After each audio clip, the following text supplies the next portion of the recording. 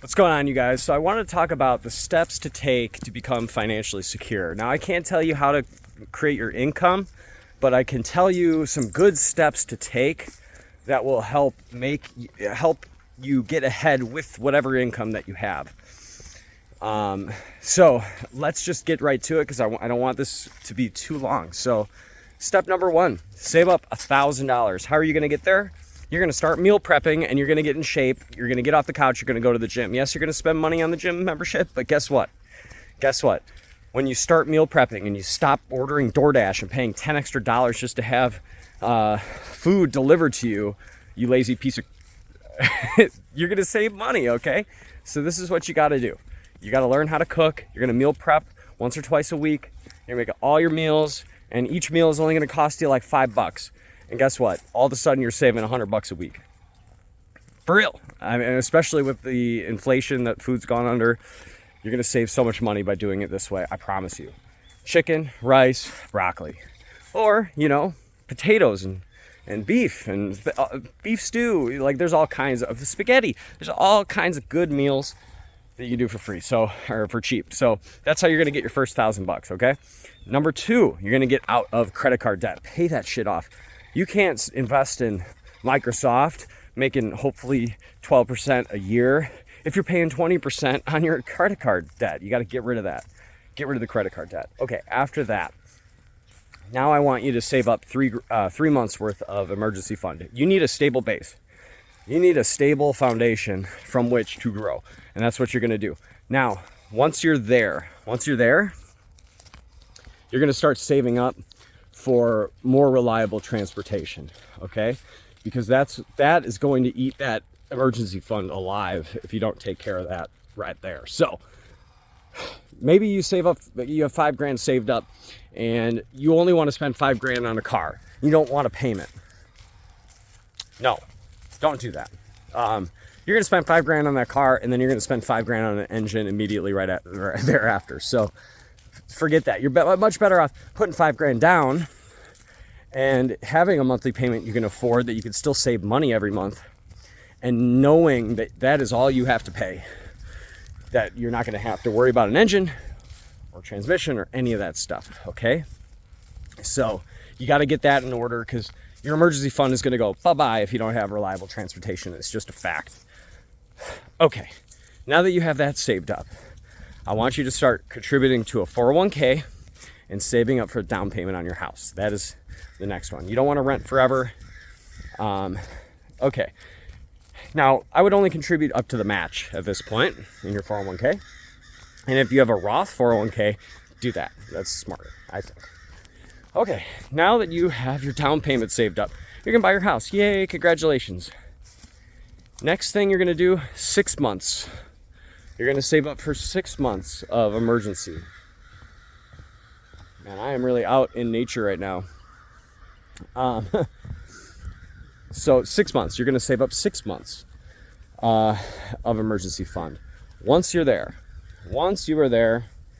now we're going to max out our Roth IRA. $7,000 a year comes out to about $583 a month.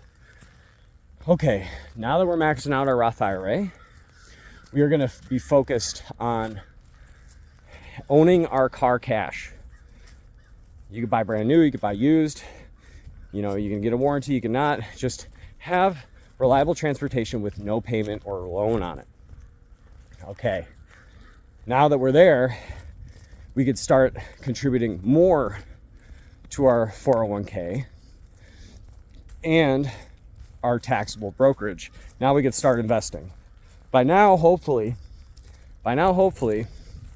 we have enough monthly, like there's no car payment. You're saving up money on other stuff. You're done saving money towards other things. We can start investing. Now, once we get here, you've arrived. You're an investor. Congratulations. Don't be dumb. Okay, believe me, there's so much information out there, but this is the best pieces of information that I can give you. Do not chase bull markets. Don't get excited. Don't get greedy. As a matter of fact, bull markets should scare the crap out of you. You should stop buying into them. when you invest, it should be a 10-year time horizon. 10 years.